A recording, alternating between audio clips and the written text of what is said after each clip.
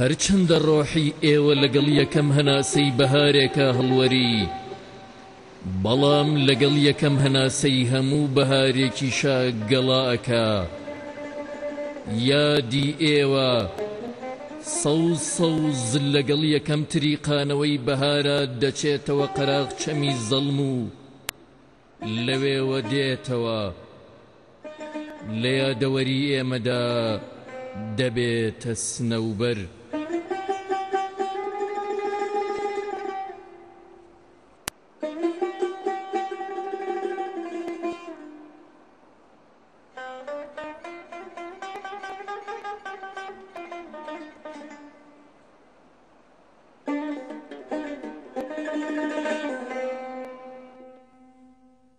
لەگەڵ تێپەڕبوونی هەرێمی کوردستان بە دۆخی دوو ئیدارەیی و تەنگەشە سیاسیەکان و دابەشبوونی پارتە دیارەکان بەسەر چەند سنوورێکی جوگرافیدا، ناوچەی هەورامان شارەزووریش بە زۆرینە پارتە ئیسلامیەکانی لەخۆگرت بوو کە کۆمەڵی ئیسلامی کوردستان وەک میراتگری بزوتنەوەی ئیسلامی پێشوو دیارترینیان بوو. کۆمەڵی ئیسلامی کوردستان لەگەڵەوەی مەڵبەند و نووسینگە سیاسیەکانی لە سەرانسەری هەرێمی کوردستان وەک پارتێکی مۆڵەت پێدراو هەبوون، بەڵام هێزە چەکداریەکانی زیاتر لە هەورامان شارە زووردا خۆیانە بینیەوە. کاتی خۆی پاش شەڕی نێوان یەکێتی نیشتیمانی و بزوتنەوەی ئیسلامی ئەو کاتە لە مانگی 12 1993 دوای ئەوە کە دووبارە شەڕ دروست بووە و یەکێتی سڵحی کرد و بارەگاکانی بۆ گەڕاندینەوە.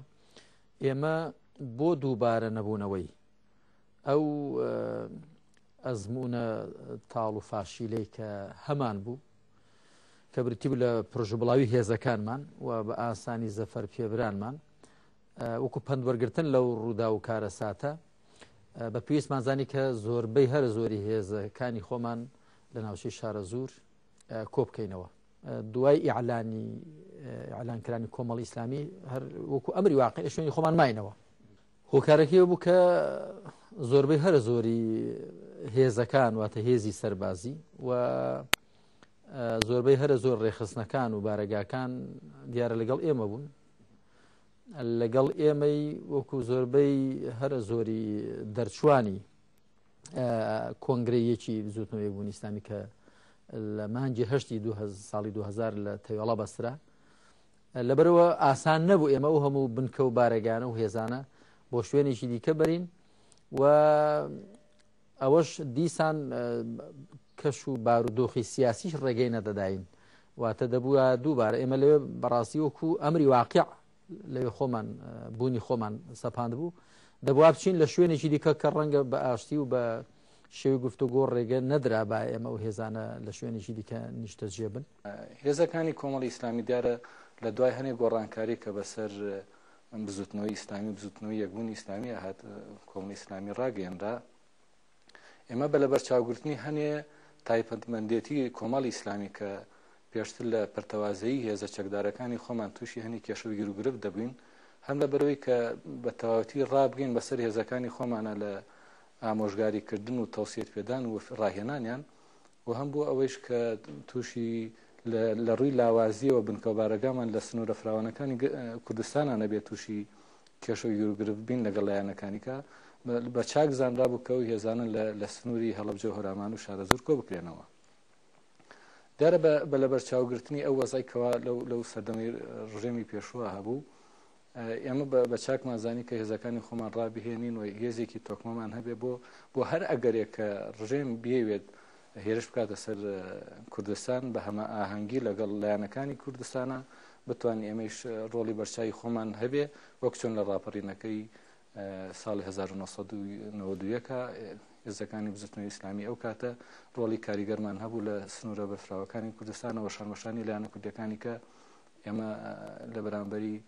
هێزەکانی ڕژێمە تایمەن بەشدارێکی باشمان هەبێت لە ڕاپەڕینەکە. دیارە ئەو هێزانەمان هەمان بە فراوانتر لە ڕابرد و ڕاهێنا بوو بەوەی کە ئێمە بتوانین ڕۆڵی خۆمان لە هەر ئەگەرێک هەبێت کە بێوێت لە بەرامبەری کوردستانی ئازاد کراوە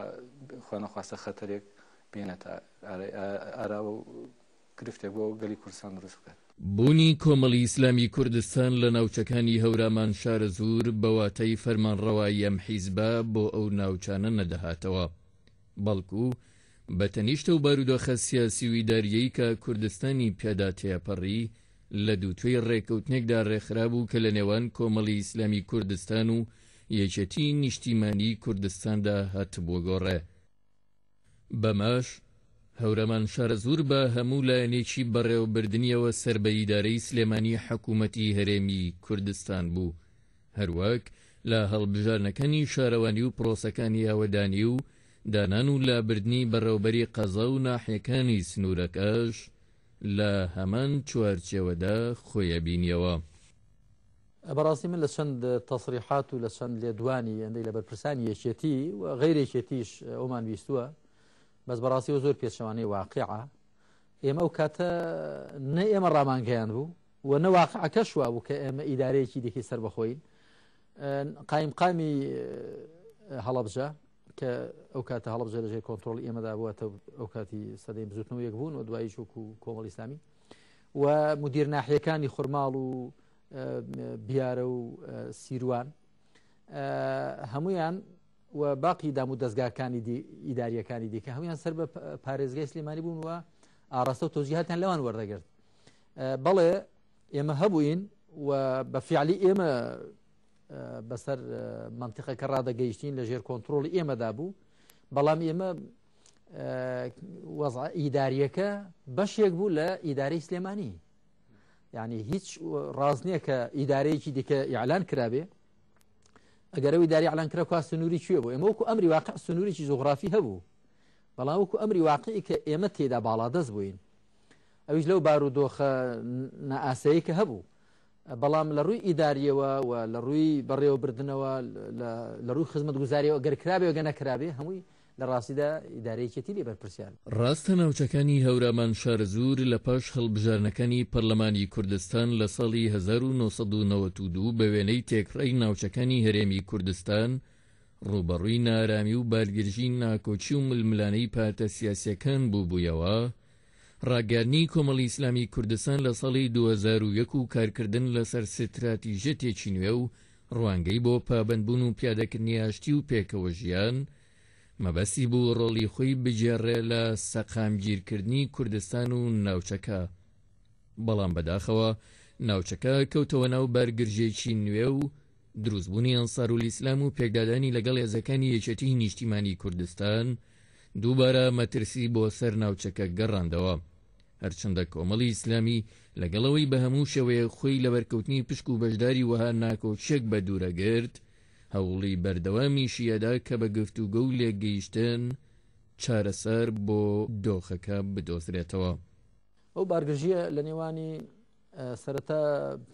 جوندول ئیسلام لەگەڵ یەکێتی و پاشان کە جوندوستان ناوی خۆیان گۆڕی و فراوانتر بوون دوای ئەوەی کە مامۆستاکرێکار و جەماعەتەکەی چوونە پاڵیان ناوی خۆیان گۆڕی بە ئەنسارولیسلام یا جەماعەتی مامۆستاکرێکار جەماعەتی ئیسلاحیان پێدەگوترا. لەژێر هەردوو ناو نیشانەکەدا چ جوندول ئیسلام چ ئەنسارولیسلام دیارە شەڕ و کێشە و تێگیرانیان هەبوو لەگەڵ یەکێتی. ئێمە وەکو کۆمەڵی ئیسلامی قەناعەتمان بەو تێکگیران و شەڕە نەبوو، پێمان وابوو کە هیچ ئامانجێک بۆ ئیسلام تحقیق ناکە و میلەتەکەمان پێویستی پێی نییە و لە ڕاستیدا ئێمە هیچ گامان لەو گاگیرەیەدا نەبوو، هەرچەند دوایی پڕشی ئەگرەکەمان پێ پڕژا لەگەڵ یەکێتی نیشتیمانی ڕێکەوتنمان هەبوو و بزوتنەوەی یەکبوونیش کە کاتە هەبانای بزوتنەوەی یەکبوونەوە بەشێکیان لێما بۆ لەگەڵ مامۆستا مەلا عەلی ئەوانیش ڕێکەوتنیان هەبوو لەگەڵ یەکێتی، ئێمەش هەر هەمان بوو و ئەنسارولیسلامیش دە 15 کۆبوون و دانیشتنیان کردن ئەو کاتە بە مامۆستاکرێکار سەرپەرشتی دەکردن، دوایی لەسەر ئەندازەی پارە چەندیان بدرێتێ چەندیان نەدرێتێ مانگانە ئەوە بوو کە نەگەیشتنێک چەندین کۆبوونیان کردن لە سلێمانی لە خەڵاتشوالان، ئەو بوو هەندێک لە جەماعەتی ئەنسارولیسلام وازیان لە مامۆستاکرێکاری شێنا لە بەرەوەیەکیان بڕوان بەوە نەبوو کە لەگەڵ یەکێتی نیشتیمانی دانوستاندن بکەن، بەڵکو هەندێکیان بڕوان بەوە نەبوو کە مامۆستاکرێکار بەرجی چاکەوت پانتۆل لەبەرکە وەکو بیسمانەوە، بەڵام بەهەرحاڵ ئەوان لەگەڵی ڕۆیشتن هەتا ئەوە بوو کە هەوڵێکی درا بۆ کوشتنی کاگدوتۆ بەرهەم هەر بۆ تێکدانی ئەو دانوستانی کە لە نێوانیاندا هەبوو واتە گروپێک هەڵسان بەو هەوڵە بۆ ئەوەی ئەو دانوستانە کە لە نێوانی ئەنسار و یەکێتی داهێتێکیدەن لە ڕاستیە لەبەرەوەی کە ئێمە وەکو کۆمەڵی ئیسلامی کە لەو کاتا هەبووین چۆک بزوتنەوەی ئیسلامی کە مابووی هێشتاکێکی وەکو ئەو هێزانی کە پێشتر بە ناوی جوندولی ئیسلامەوە کە لە پاش ڕاگەیاندنی کۆمەڵ ئەوان ژوانیان ڕاگەیان دواتر بوون بە ئەنسارول ئیسلام ئەو هێزانە کە لەو سنووردا هەبوون و پێشتر لە ناو حیزبێکا بووین و لە ناوی حیزبا بووین کەمتر بۆ لایانی بەرامبەر ئەم جوداییە دەکرا یعنی کەمتر لە یەک دەکراینەوە هەمووی هەر ناوی ئیسلامی بوو هەرمووی هەر ڕیشی هەبوو بە شێوازێک لە شێوازەکان پێشتر مەرحەبایی و هەڵسوکەوتە بوو بە تایبەتی کە هێزەکانی جوندولی ئیسلام و ئەنسار ئیسلام لە منطقەی خورماڵ و ئەو ناوچانە یەشەماڵ و خانوادەیان هەبوو ئەوە هۆکارێک بوو کە لایانی بەرامبەر کەمتر بتوانێت ئەو جوداییە بکات پاشانیش لەوانەیە بڵێم لە چەند لایەکەوە هەوڵ دەدرا کە کۆمەڵی ئیسلامیش بەو شەڕات تێکەڵ بکرێتە بەشێک لەو شەڕە دیارە سەرکردایەتی کۆمەڵی ئیسلامی هەر لە سەرەتاوە قەناعەتی بەو شەڕە نەبوو و پیوانە بوو ئەو شەڕە لە بەژەوەندی ئیسلام مسلمانان تاوا بکرێەوە پیوانە بوو و ئێسش بە هەمان شێوە هەمان تەسەوری هەیە کە مەرج نییە بە شەڕ کێشە و گیر و گرفتەکان یەکلایی بکرێتەوە دیارە چەک وەسیلەیەکە لە وەسیلەکان نەک وەسیلەی کۆتای بێت و بوونی ماڵەکانی ئەوان لە خورماڵ و لەو سنوورانەی کە سەرکردایەتی کۆمەڵی ئیسلامی تیادا نیشتەجێک بوو ئەوە لە ڕاستیە گرفتێکی زۆری بۆ کۆمەڵی ئیسلامی دروست کرد بوو و گرفتێکی زۆر گەورە بوو بۆ ئێمە و ئەوە بەهانەیەک بوو بۆەوەی کە لایەنی بەرامبەر ئێتمێنانێکی تەواوی نەبێ بڵێم وەکو لایەنی یەکێتی نیشتمانی زۆر دڵنیا نەبێت لەوەی کە ئاخۆ هێزەکانی کۆمەڵی ئیسلامی هاوکاری ئەنسار دەکەن یان نایکەن بەڵێ ئێمە وەکو سەرکردایەتی کۆمەڵی ئیسلامی وەکو قەواعیدەکەشمان پابندێکی تەواومان هەبوو بەرامبەر ئەو ڕێکەوتنی کە لەگەڵ یەکێتیا کردبوومان بەوەی کە ئێمە بە هیچ شێوازێک هاوکاری هێزەکانی ئەنسار ناکەین بۆ قەناعەتیشمان بۆ ئیتیفاقی هەیە کە لەگەڵ ئەوانە کردومانە دیارە ناوچی هەورامان و شارە زۆر بۆ حکومەی ناوچەیەکی تەسکە یا بڵین زۆر فراوان نییە کۆمەڵی ئیسلامیش کە هێزەکانی لەو ناوچەدا جێگیر ببوو پاشان چەند هێزێکی تر هەبوون لەو سنوورە وەکو یەکێتی نیشتمانی کوردستان و مزگەوتنەوەی ئیسلامی و ئەنسارول ئیسلام زۆر ناڕەحەت بوو بۆ کۆمەڵی ئیسلامی بتوانێت لەو نەعبێنەدا کە کۆمەڵێ هێزی ناکۆک و دژبەیەک و لە حاڵەتی شەڕابوون بتوانێت بێلانی خۆی بپارێزێ بەڵام لەگەڵ ئەوەدا کۆمەڵی ئیسلامی توانیوێتی بێلایەنی خۆی لەو سنوورەدا بپارێزێ و هەوڵی ئاشتەواییش بدا لە چەند ڕێگەیەکەوە ئێمە لەگەڵ یەکێتی نیشتمانی کوردستان لەگەڵ ئەنسارول ئیسلام زۆر هەوڵماندا سڵح لە بینیانە بێتە دی شەڕ نەبێ خەڵک نەکوژرێ بەڵکو هەوڵێکی زۆریش درا دەرئەنجامەکەی ئەو بوسەری نەگرت کۆمەڵی ئیسلامی بەو حکومەی کە سیاسەتێکی سەر بەخۆی ڕەچاو کردووە ئێمە پێمان وایە پابند بووین بەو ڕێکەوتنەی بینی ئێمە و یەکێتی نیشتمانی کوردستانەوە چونکە نەمان گەشتووە لە سنووری ئێمەوە هیچ هجوومێکە لەسەر ئەوان بەڵکو زۆر جار تووشی دەرگیری و میلهێنانەوە و هەتا من خۆم و بران تەقەمان لێکراوە لایەن هێزەکانی ئەنسارول ئیسلامەوە بەو حکومەی کە نەمان گەشتووە لە سنووری ئێمەوە هجووم کرێتە سەر هێزەکانی یەکێتی نیشتمانی کوردستان و لە زۆر کۆبوونەوەکانی شایەکێتی نیشتمانی ئیشارەیان کردو بۆ سوپاسیان کردوین چەند جار کەمینی تایبەت هەبووە کە ئێمە پێمان زانیوە لامان بردووە بۆ مەسئولینی یەکێتی کە دەکرا خەڵکی گەورەی تا بکوژرێت لەگەڵم گرژیە ناوچەیەدا قێرانێکی نێودەوڵەتی لە ئارادا بوو کە سەرەتاکەی بۆ ساڵی 2001 و ڕووداوی 11 سێپتێمبەرە گەڕێتەوە بەماش ئەمریکا جەنگێکی جیهانی ڕاگەیان بە ناوی جەنگی دژە تیرۆر ئەم جەنگە با ڕوخەنی حکوومەتی تالیبان لە ئەفغانستان دەستی پێکرد و دواتر بە ڕوبەڕووبوونەوەی ڕژەمی بەعسی دیکتاتۆری عێراق درێژەی پێدرا ئەمریکا سەرەتای ساڵی 2003 هێزێکی بەرفراوانی لە ڕۆژهەڵاتی ناوەڕاست کۆکردەوە و دوامۆڵەتی بۆ دەستبەرداربوونی ڕژەمی بەعس لە فەرمانڕەوایەتی عێراق ڕاگەیان تاوەکو سەرەتای مانگی ئازار پرۆسەی داگیرکردنی عێراق دەستی پێکرد و بەغدادی پایتەخت کەوتەبەر هێرشی موشک و فڕۆکە ئەمریکیەکان ئەمە بۆ هێزە سیاسیە و پۆزیسیۆنیەکانی عێراق و گەلی کورد و هێزە سیاسیەکانی لەگەڵ جۆرێک لە مەترسی کاردانەوەی خراپی بەعس بە خۆشحاڵیەوە پێشوەزی لێکرا هەرچەندە زۆربەی لێکۆڵینەوە سیاسیەکان بە جەنگی بەرژەوەندیەکانی ئەمریکایان ناودەبرد و هاتنی ئەمریکایان تەنها لە دەستخستنی نەوتدا ئەبینیەوە. ئێمە بەر لەوەی کە دەست پێ بکرێ ئێمە لەگەڵی چێتی و لەگەڵ کەم کورتێ لەگەڵ پارتی ینی قسە و باس و گفتوگۆمان هەبوو ئەو کاتە مەترسی ئەوە هەبوو کە ڕژێم هێرش بێنێ بۆ کوردستان. ئێمە لە گفتوگۆدا بووین کە چۆن ئەگەر ڕژێم هێرشی هێنا ئێمە چۆن بەرپەرچی هێرشەکانی ڕژێم دەینەوە. ئەو کاتێکێتی داوایان لە ئێمە کرد کە ئێوەش دەبێت لە چەند شوێنەکە بن ئێمە ئامادەی خۆمانمان دەربڕی بەڵام گوتمان پێویستیمان بە هاوکاری هەیە بە چەک و چۆڵ و اتفاقی شەڕ هەیە واتە ئەو کاتە پێش دەست پێکران ئێمە لە بارودۆخێکی ئاوادا دەژیاین بە تەما ئەوە نەبووین بەڕاستی ڕژێم وا بە ئاسانی بڕوخێن هیچ کاممان مەترسی زۆرمان هەو بە تایبەتی بۆ دەڤەری سلێمانی کە ڕژێم هێرش بکە دوای دەست پێکرانیش دیارە ئێمە بەڕاستی ناشارینەوە نە ئەو کاتەوە نە ئێستاش نەمان شاروت ئێمە پێمان خۆش نەبوو عراق لە ئەمریکا و داگیر بکرێت پێمان خۆش بۆ ڕژێم بڕوا و بڕوخێندرێ بەڵام پێمان وابوو کە دەبوا بە میکانیزمێک بێ کە عراقیەکان بۆ خۆیان ئەو ڕژێمە بڕوخێنن ئەمریکا دەیتوانی هاوکاری ئۆپۆزیسیۆنی عراقی بکە و خەڵکی عراق ئۆپۆزیسیۆنی عراقی بۆ خۆی ڕژێمی ڕوخان باید دوای ئەو هەموو دەرهاویشتە خراپانەی کە لێی کەوتنەوە لە داگیرکرانی عراق و ئێساش هەر بەردەوامە لێ نەدەکەوتنەوە بەڵام دیارە بە ڕغبەتی ئێمە نەبوو ئێمە پێمان خۆشنەوە بەڕاستی عراق داگیر بکەیان ئەمریکاوە زۆرمان پێخۆش بۆ ڕژێم ڕوخا و بڕوخێ دژمنێکی گەورەمان لە کۆڵ بووە بەڵام پێشبینی ئەوەشمان دەکرد کە وەکو کوردواری خۆمان دەڵێن لە کۆلچی سڵامیەوە بەسەر بەرازی داکەوت یا عەرەب دەڵێن کەالمولتەجە من الرەمضاء بالنار ئێمە پێشبینی ئەومان کرد بەڕاستی کە مەرج نییە خەڵکی عراق جاری دەرباز بن بەڵێ لە واقع لە ڕژێمێک دەربازن بەڵام بەهۆی داگیرکران لە ئەمریکاوە ڕەنگە تووشی زۆر دەردەسەری کێشە و سەرێشە بن کە فعلا ئەو کێشە و سەرێشان ئێستاش هەر هەن نەکرد بۆ خەڵکی عراق بەڵکو بۆ خودی ئەمریکاش. کۆمەڵی ئیسلامی هێزێک بووە چەکی هەڵگرتووە بۆ دژایەتیکردنی ئەو ڕژێمە بووە لە سەردەمێکشا هێزە ئیسلامیەکان دروست بوون چەکیان هەڵگرتووە کە بۆ ڕوخانی ئەو ڕژێمە بۆ بە هەموو شێوەیەک ئێمە چەندی شەیدمان لەو ڕێگەیەدا داوە و لە سەردەمێکشا ئێمە ئەندامی مؤتەمەری لەندەن بووین و بووین لەوا و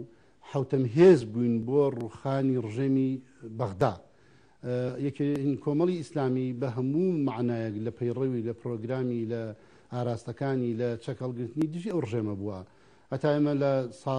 لە چەند سەماڵ لە کەلار لە کفری ینی لە کۆڕێ لە هەموو شوێنەکانیمە کۆمەڵی شەیدمان داوە لە پردێ لە کەرکوب ئێمە ئەسڵەن چەک هەڵگرتن دژی ئەو ڕژێمە بووە و زۆرمان پێ خۆش بوو و زۆر بە شتێکی پێویستمان زانیوە. مەبەستی ئێمە مەترسی ناوچەکانی هەورامان شار زۆر بوو لە پراوێزی جەنگی دژە تیرۆر و هێرشی هێزەکانی ئەمریکا بۆ سەر عێراق کە مەش لەو کاتەوە دەستی پێکرد کۆڵن پاوڵی وەزیری دەرەوەی پێشووی ویلایەتە یەکگرتووەکانی ئەمریکا لە بەردەم ئەنجومەنی ئاسایشی نێودوڵەتیدا کاتێک باسی لە بنکەکانی چەکی کۆمەڵکوش و وێزگە ئەتۆمیەکانی ڕژەمی بەعسە کرد هێمای بۆ ناوچەی سەرگەت کرد وێڕێی ئاماژە بە بوونی پەیوەندی هێزەکانی ئەنسارولیسلام کە لە ناوچەکەدا بوون بە ڕێکخراوی ئەڵقاعیدەوە ئیدی بە تەواوی مەترسیە و جەنگە نێودەوڵەتیان ناوچەی هەورامان شارەزوریشی گرتەوە هەرچەندە هەوڵەکانی کۆمەڵی ئیسلامی کوردستان لەگەڵ هێزە سیاسیە کوردستانیەکان و هێنانی دەیان ڕۆژنامەنووسی بیانی بۆ ناوچەکە تاوەکو کارەساتێکی مرۆیی نێتاراوە بە شێوازێکی تر هەوڵی چارەسەری بارگرژەکانی ناوچەکە بدۆزرێتەوە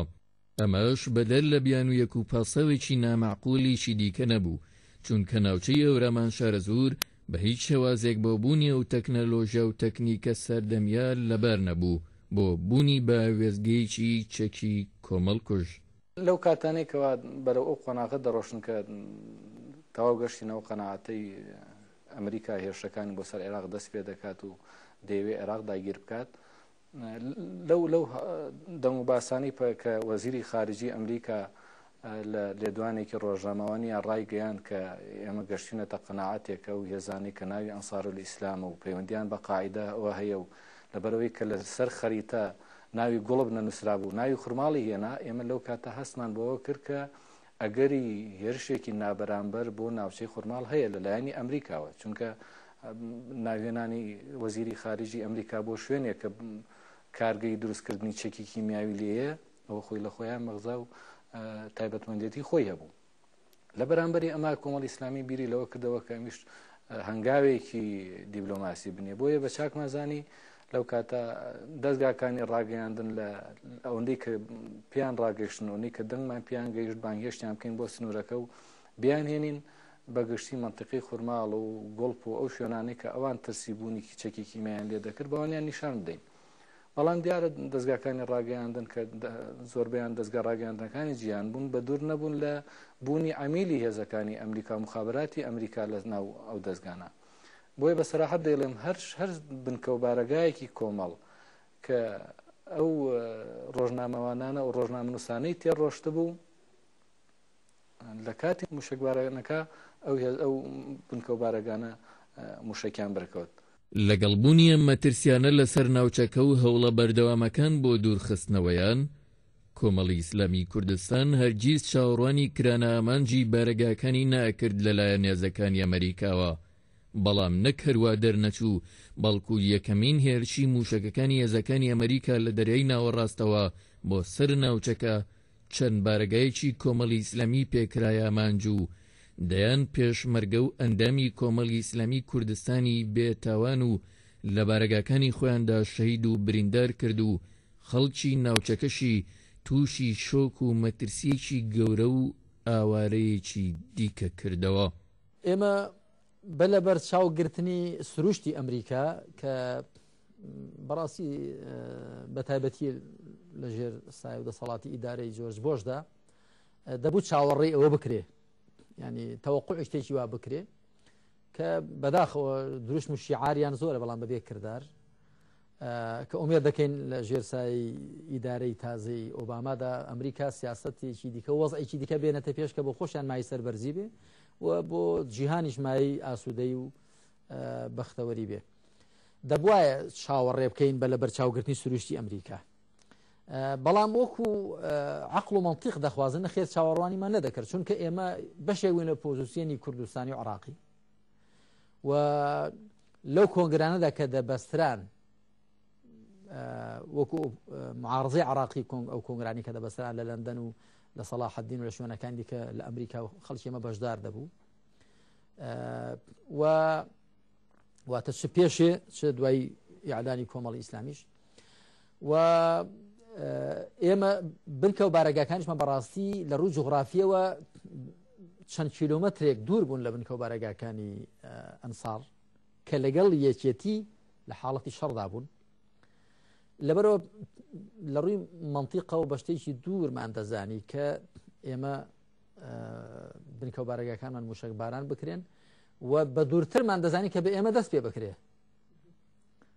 بەڵام بەداخەوە ئەوەی کە ئێمە بە دوورمان دەزانی دیار بوو ئەوە ڕوویدا و ئەوەش بەڕاستی ئەوەی لێکەوتۆ کە هەمووتان دەزانن ینی 40-50 برامان شەهید بوون و 40-50 بریندار و سەقەت و کۆڵەوار بوون و زیانێکی مادی زۆرمان لێکەوت ئێمە وەکو باسم کرد ئەو هەوڵەماندا بەوەی کە بەلای کەمی خورماڵ دوور بێ لەوەی کە بکرێت ئامانج لە هێرشەکانی ئەمریکا ئەنا گەشت بینە لە ئەنواع لایەنەوە بە تایبەتی لایانی جەنابی مام جەلالەوە ئێمە ئاگدار کراینەوە لە لایانی زۆربەی لایەنەکان و ئاگدار کراینەوە بەوەی کە جەماعەتی ئەنسار دەکرێتە ئامانجی هێرشەکانی ئەمریکا ئەو لەوەیانە یاقینمان نەبوو بەڵام گرفتەکە لەوا بوو ئاخۆ کەیە چۆنە مشکلەکە لەوا بوو ئێمە دەمانزانی ئەنسار دەکرێنە ئامانج بەڵام نەمان دەزانی کۆمەڵی ئیسلامی دەکرێتە ئامانج و دەشکرێتە دەستپێکی ئامانجەکانی هێرشەکانی ئەمریکا ینی لە کاتێکە کە هێرشەکانی ئەمریکا دەستی پێکرد موشک بارانەکە دەستی پێکرد یەکەم موشک لە بنکە و بارەگاکانی کۆمەڵی ئیسلامیدا پاشان ئەو موشک بارانەی ئێمە بوو بە هۆکارێک کە هێزەکانی ئەنسار کەوتنە خۆیان و ئەوان کەمترین زەرەریان کرد وەکو موشک باران بڵێ ئەوان دوایەکە لە هێرشەکان بەردەوام بوون قەرەباڵغێکی زۆر لەوێ بوو وێنەگرەکانی سەحۆفی ڕۆژنامە نووسەکان هاتبوونە لای برادرانی سۆسیالیست و لە هەڵەبجار لەو منتیقانە پەرژ و پڵاو بووبوونەوە. من کە ڕۆژمە لای برادرانی سۆسیالیست ئەوان ترسیان لەوە هەبوو ئەیان و ئێمە دەترسین پرژێکمان بەشکەوێ. وتم جاگەری ئەوە بترسنەوەی پرشتان بەرکوێ ئەگەر کەواتە ئێمە پشکمان بەردەکەوێت. دیارە ئێمە بە سیفەتی خۆم کە سەرپەرشتی هێزەکانی هەڵەبجەنگ دەکرد لەو کاتە یەکێتی نیشتمانی هێزێکی زۆری هێنابووە منتیقەکە و لەو ناوە پژابوون و جێگە و ڕێگەشیان نەبوو هاتبوونە زۆربەی مزگەوتەکانی هەڵەبجە. ئێمەش بنکە و بارگاکانمان ئیلا خۆ خەڵکەکەمان کات و چۆ دەکات و کاتە خەڵکانمان لە ناو بنکە و بارگاکانە کۆکرد بوویەوە. لە کاتی ڕۆشن و هاتنەوەیانە زۆر جاری کێشەوەی گرروگرت لە نێوان پێشمەرگەکانی ئێمە و پێشمەرگەکانی یەکێتی نیشتمانیە دەنگەندەم و ئەوانە دروست دەبوو. ئێمەش بوو ئەوەی کە نەگلین بەو شەڕەوە کە قەناعەتمان پێی نییە و باوەڕمان پێی نییە سەرکردایەتی کۆمەڵی ئیسلامی بڕیاریدا کە ئەو قەرەباڵغی کە لە هەڵەبجا هەمانە و لەو بنکە و بارەگانی کە هەمان بووە بۆ خۆلادان لە تێوەگلانی ئەو شەڕە لابەلایی کە ئێمە نامانەوێت تووشمان بێ پێویست بوو لەسەر بڕیاری سەرکردایەتی کۆمەڵی ئیسلامی هێزەکانمان بگێڕینەوە بۆ خورماڵ. تەنها چەند خەڵقێکی کەم لە بنکە و بارگەکان هێشتمانەوەکو چاودێرێک بۆ بنکە و بارگەکان بۆ ئەوەی کە خەڵک بە چۆڵی نەزانی و هەنی خەڵکی نەفز نەزم بێوێ زەرەرێکیان لێ بدا. بۆی هێزەکانمان کە بردەوە خورماڵ قەرەباڵغێکی زۆرمان لێ ئەمە لە منتیقی خورماڵ دروست کرد بوو احتیمالە ئەمە هۆکارێک بوو بێ بەوەی کە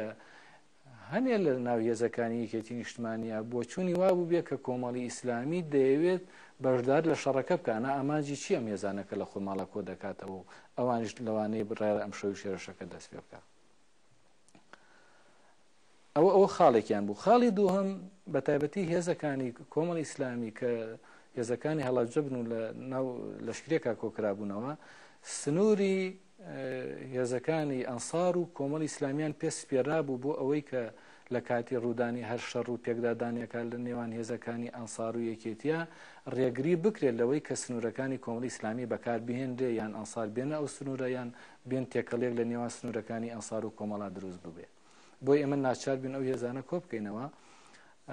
ئێمە بۆ ئەو شەوی 20 لە سەر 21 دیارە قەرەباڵغێکمان لەو منتیقانە دروست کرد بوو هەوڵماندا کە هێزەکان قەرەباڵغ نەبن لە بنکە و بارگاکانە بەڵام لەبەرەوەی درەنگ گەشتینە ئەوێ و شوێنیش خەڵکشمان پرژ و بڵاومان کردنەوە بەڵام لەبەر بێجێگەی بەداخەوە هەمویانمان دیسرانەوە خەڵکەکە زۆربەی زۆری گەڕایە و بنکە و بارگاکانی مەکتەبی عسکەری و هێزی ڕاپەڕین و هێزی سەفین و ئەو بنکە و بارگایی کە ملەی سێدارانی لێبوو هەمان شەو ژەمە ئاگادار کراینەوە کە کۆمەڵی ئیسلامی تاکید بن ئەم شەو دەدرێت لە هێزەکانی ئەنسار. یعنی ئێمە لەوە گومانێکمان نەبوو کە لە هێزەکانی ئەنسار دەدرێت. ئەو پرسیارێکە لە لای خەڵکی باشە کۆمەڵی ئیسلامی کاتی یەقینی هەبوو ئەو شەو لە هێزەکانی ئەنسار دەدرێت بۆ بنکە و بارگەکانی بەو قەرەباڵغی هێشتەوە کە تەنها لە بارگای مەکتەبی عسکەری کە من خۆم لەوێ بووم 63 کەسی تیا بوو. ئێمە دەمازانی لە هێزەکانی ئەنسار دەدرێت بەڵام گومانمان هەرگیز لەوان نەبوو کە لە یەکەم کەس ئێمە بکرێنە ئامانجۆک و باسم کرد. بەڵام بەداخەوە ئێمە کراینە ئامانج و ئەو نزیکەی 43 تا 6 شەیدماندا و بەو ئەندازەیەش ئێمە بریندارماندا کە بەشێک نەبین لە شەڕەکە و شەڕێکی نابەرامبەرمان کرا و حەزیشمان پێ نەکرد بۆ مشارەکە. پێکانی بارگەکانی کۆمەڵی ئیسلامی لەلایەن هێزەکانی ئەمریکا و هاوپەیمانەکانیوە بۆ ئێمە یعنی شتێکی زۆر گەورە بوو زۆر دڵتەزێن بوو زۆر ناڕەحەت بوو بەو معنایی ناکە ئێمە کۆمەڵی برای ئازیزمان دەستدا و کوژران و شەهید بوون چونکە ئێمە چەندین ئازیزی تریشمان کوژراون و شەهید بوون بەڵام ئەوەی کە زۆر زۆر لای ئێمە نیگەرانی بوو جێگەی سەرسوڕمان بوو ئەو بوو کە ئێمە هێزێکی کوردستانی دژی ئەو ڕژێمە بووین ئێستا ئێمە لەگە ئەو ڕژێمە حەشر بکرین ئەو زۆر بەلامانەوە قورس بوو شتێکی زۆر گران بوو ئێمە تەسەورمان ئەکرد قەنەعەتمان ئەکرد بدرێت لە ئەنسار الئیسلام بەڵام نەک بەو زوویە و ئەگەر بدرێت لە ئەنسار الئیسلامیش بۆ بدرێت لە هێزەکانی کۆمەڵی ئیسلامی خۆ ئەگەر بدرایە لە دە بارەگای ئەنسار الئیسلام و لە یەک بارەگای کۆمەڵ ئەمان و شتێکی هەڵەیە بەڵام ئێمە ئەو یەکەم ساڕۆخ و دووهەم و سێم و چوارەم و زیاتریش بەربارەگەکانی ئێمە کەوتووە یەکەم دەفع و یەکەم جار ئەو بەڕاستی زۆر جێگەی نیگەرانیە بۆ ئێمە و لازالی پرسیارێکە ئێمە چاوەڕێی وەڵامەکەی ئەەکەین چونکە کۆمەڵی ئیسلامی هیچ کاتێک لە سەنگەری دژی ئەمریکا نەبووە دژی کوردان نەبووە ئەوە پرسیارێکە ئێمەش بەڕاستی دەیکەین و زۆریش قورس بۆ ئێمە مەرجی بەهار ئەو ڕۆژە یەکەم ڕۆژی بەهار بوو، یەکەم پشکوتنی نێرگز و یەکەم کرانەوەی دەشتی ئەو دەڤەرە بوو. ئەو ڕۆژە بۆ شەوەکەی ئەحماوا لە خەوێکی هێمندا بوو، خەوێک کە ڕازاوە بە جریوە یەستێرە و لەرینەوەی ناسکی گەڵای درەختەکان و سەرەتا چێی مانگ لە ناو هەوردا. ئەو شەوە خەڵکی ئەو دەڤەرە بێ ئاگا لە دەریای سوور، بێ ئاگا لە کرۆز و تۆماهۆک چاویان لێکناو. پاش کەمێک و هەر ئەوەندەی سەرخەوێک بشکێنی و وەنەوزێک بدەیت بە گرمەی دێوەزمەی جەنگ و ئاگا هاتن. ئەو شەوە خەڵکی بە چاوی خۆیان بینیان چۆن کرۆز و تۆماهۆک دابارینە سەر جامەدانە و دابارینە سەر ڕیش و دابارینە سەر پێشمەرگە دڵسپیەکان. ئەو شەوە کرۆز و تۆماهۆک دابارینە سەر کام لە پێشمەرگە و کام لە مرۆڤ. ئەو شەوە دووکەڵ و ئاگر و پارچە و گرمە دابارینە سەر شێخ مەحموود. شێخ مەحموود لە بەردە قارەمان نا، بەڵکو شێخ مەحموود لە ئەحمەداوە بە پشتێن کراوەیی. شێخ مەحموود کاتێک بێخەم خۆی کردبوویەوە و بڕنەوەکەی لە ژێر سەری و پشتێنەکەی بە بنمیچی بارەگاکەیدا هەڵواسی بوو. ئەو شەوە تۆماهۆک لە دەریای سوورەوە هات و هەڵەی نەکرد، پێشمەرگەی کوشت. ئەو شەوە B52 هات و هەڵەی نەکرد و جارێکی تر قازی و شێخ سەعیدی لە گەرمەی خەوە تێکەڵ بە پارچە بلۆکی مێژوو کرد. هات و کوڕانی ڕاپەڕین و هاوڕێکانی کەیوانی ئەم نەسوورەکەی تێکەڵ بە گوڵ و نێرگزی یەکەم ڕۆژی بەهار کرد. هات و هەڵەی نەکرد و جامەدانە و کەتافی و ڕیش و قورئان و سوژدە و ڕکوعی کوشت. ئەو شەوە هەڵەبجە بە 11 شەهیدی 16 سێ و قەڵاتزێ بە 13 شەهیدی 74 بیر هاتەوە. ئەو شەوە فرمێسک وەکو بەهاری زەڵم لەسەر گۆنای 45 دایک و 45 باوک و 45 خوشک و سەدان منداڵی کووردا هاژەی کرد. مەگەر ئەو ڕۆڵانەی کورد تاوانیان چی بوو؟ ئەوان نەبوون و براکانی ئەوان نەبوون جیهادیان جی باس ئیعلان کرد. ئەوان و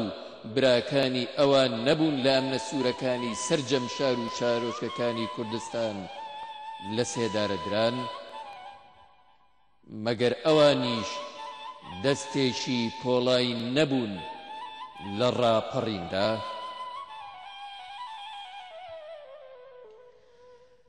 بە ڕۆڵەکانیشان بڵێن باوکتان شەوێک لەگەڵ بەهار سەفەریان کرد، پێیان بڵێن باوکتان شەوێک لەگەڵ نێرگز ڕێگەی نەمری و سەرفرازیان گرتەبەر، پێیان بڵێن شەوێک لەگەڵ ئەو دەڤەرە و لە پێدەشتی بەهارێکا و لامێزی ئەحماوا سەفەریان کرد، پێیان بڵێن شەوێک سەفەریان کرد ئەحماوا شێوەی لە خەندەی منداڵێکە چوو، منداڵێک بێباک لە شەڕ و بێباک لە مەرگ و وابەستە بە گوڵ و نێرگز و ئەستێرە و بەدەم خەندە و پێکەنینەوە لەگەڵ فریشتەکان بێبەزەیانە شەهیدیان کردن و بەرەو فیردەوسی خوا گەڕانەوە.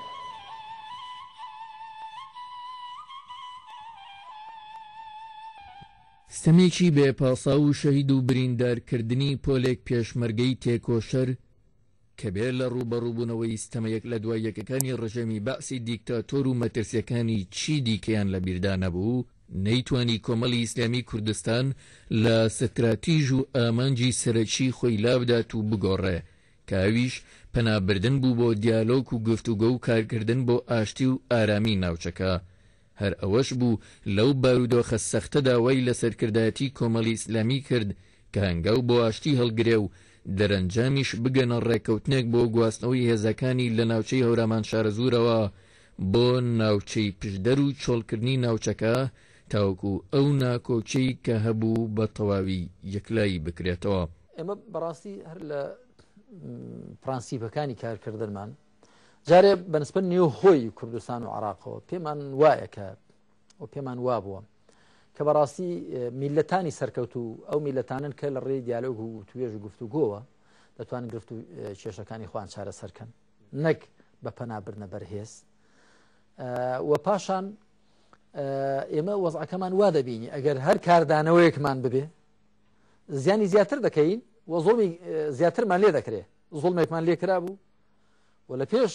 مشتێک بارانەکەش دایمە زۆڵمێکی دیکەشمان لێکرا و کە مامۆستا عەبدوڵای قەسرێ و چوار لە پارێزەرەکانی لە سەیتەرەی تاسڵوجە لە بازگەی تاسڵوجە تیرۆر کران شەهید کران دیارە بەناحەق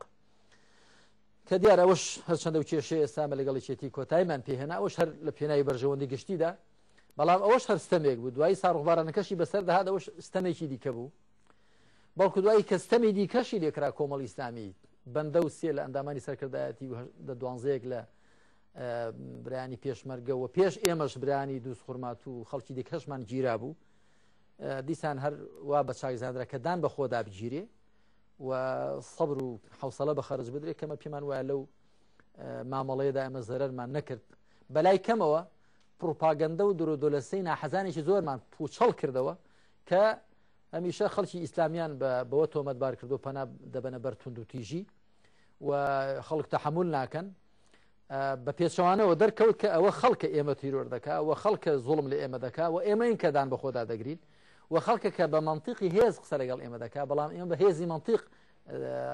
و توێژ دەکەین ئێمە لەو حاڵەتێشە هەر ڕێگەی گفتوگۆمان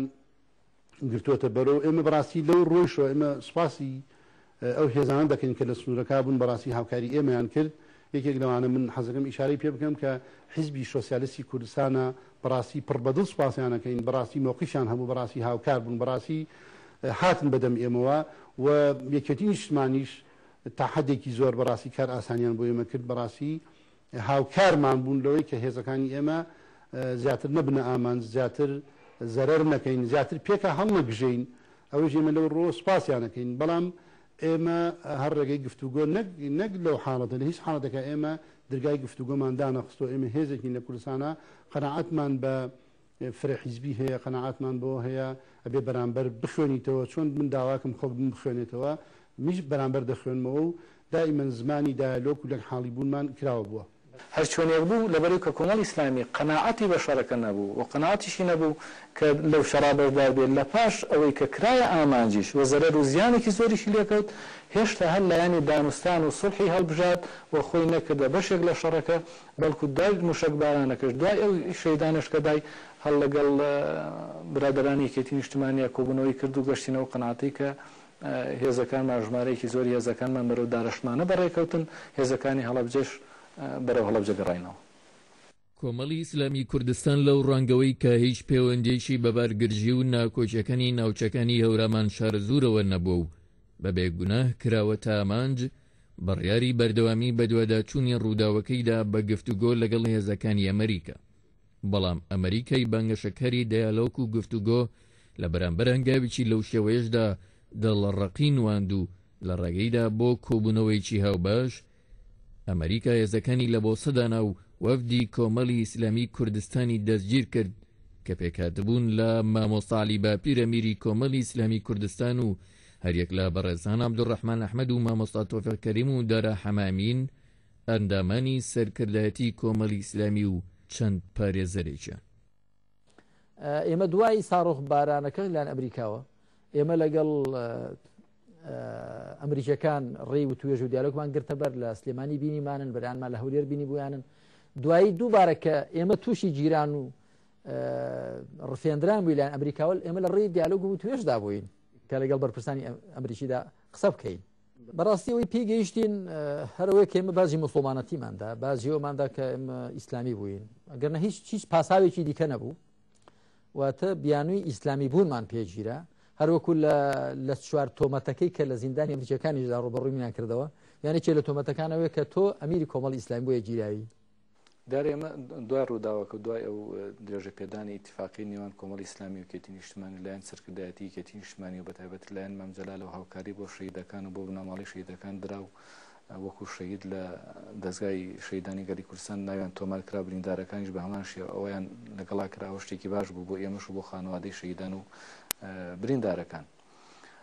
دوای ئەوەی کە ئەمریکاش بە تەواتی عێراقی داگیر کردو بوو بە دەسەڵاتی یەکەمدا عێراقا، ئێمە لە دانوستان نابین بەوەی کە ئەمریکا وەکو خۆمان لێمان تێبگا لە زمانی خۆمانەوە لێمان تێبگا بۆ ئەو شتێن دانیشتێک لەگەڵ ئەمریکیەکان کرا و ئەو ڕاستیەشان پێوترا کە ئێوە زوڵمێکی ناحەقتان لە ئێمە کرد، چونکە ئێمە بەشێک نەبوون لەو شەڕەوە، ئێمە نەدەبوو ئێوە بەو شێوازە کە هاتنە ئێرە بەو شێوازە لەگەڵ ئێمە تەعامل بکەن. ئێمە چاوەڕێ ئەومان دەکرد کە ئەمریکا پۆزش بۆ ئێمە بێنێتەوە و قەرەبووی زەرورزیانەکانمان بۆ بکاتەوە، بۆ ئەوش دەستەیەکمان دروست کرد لە پارێزەران و ئەوانەی خۆمان بۆی کە لیستی تایبەتی و هەڵوێستەکانی خۆمان و ناو و ژماری شەهیدەکان بدەینە هێزەکانی ئەمریکا بۆ ئەوەی کە قەرەبووی ئەو زیانانەمان بۆ بکاتەوە. بەڵام بەداخەوە ئەمریکا لە وەکو چۆن دەڵێ لە پەلامارەکانی خۆی هەر بەردەوام بوو لە بەرامبەری قەرەبووکردنەوەی ئەم زیانانەی ئێمە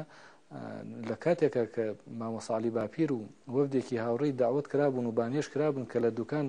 دانیشتن بکەن و کۆبنەوە بکەن لەسەر ئەم قسە و باسانە لە بەرامبەری پۆزش هێنانەوە ئەوان هاتن ئەوانیشان دەستگیرکردن دەستگیرکردنێک زۆ مستەمێکی زیاتر لە کۆمەڵ کە لە موشکبارانەکە کەمتر نەبوو لەسەر دڵ و دەرونی کادیرانی کۆمەڵ و لەسەر دڵ و دەرونی ئەندامانی کۆمەڵ. بۆ دوجار نەک بەوتەی ئێمە بەتەنها وەک پێشتر ئاماژەمان پێکرد، بەڵکو خودی هێزەکانی ویلایەتە یەکگرتووەکانی ئەمریکا و بەرپرسە سیاسیەکانیشیان دانیان بە هەڵەی خۆیان دانا و بەڕەسمی داوای لێبوردنیان لە کۆمەڵی ئیسلامی کوردستان کرد. چەند جارێک من لە زینداندا دوای ئەوەی کە وەکو لە کتێبی ئەشکان زۆر زیندانی باسم کردووە کە چەند جارێک ئەوان داوای لێبوردنیان لە ئێمە کرد، گوتم باشە کە ئێوە داوای لێبوردن لە بەندە دەکەن کە ئێمە بە ناحەق گیراوین بە درۆ دەلەستەی خەڵکێکی مغریز گیراوین، باشە سوپاسان دەکەین لەسەر داوای لێبوردنکردنەکە. بەڵام یەکەم بۆم خەنە سەر وەرەقە، دوو جگە لە گرتنی من بە ناحەق و پۆلێک لە هاوڵانم ئێوە زوڵمی دیکەشتان لێمە کردوون کە بریتی بووە لە موشک بارانکرانی بارەگاکانمان و شەهید و بریندارکرانی نزیکەی 100 لە برایانی پێشمەرگە و مجاهیدمان. باشە بێن ئەوەشمان بۆ قەرەبوو بکەنەوە. لە زیندان چەند جارێک پێم گوتن، دوای ئەوەش کە ڕزگارم بۆ لە زیندان لەوانەیە تا ئێستا من هەر بۆ خۆم 5-6 جار بەرپرسە ئەمریکیەکان کە هاتوون بۆرام پێم گوتون هەر لەم بینی پێش و 2-3 هەفتە لەمە پێش بەرپرسی نووسنگی ئێرەیان کە سەر بە سەفارەتیانە لە بەغدا دووبارە لێم تاکید کردەوە.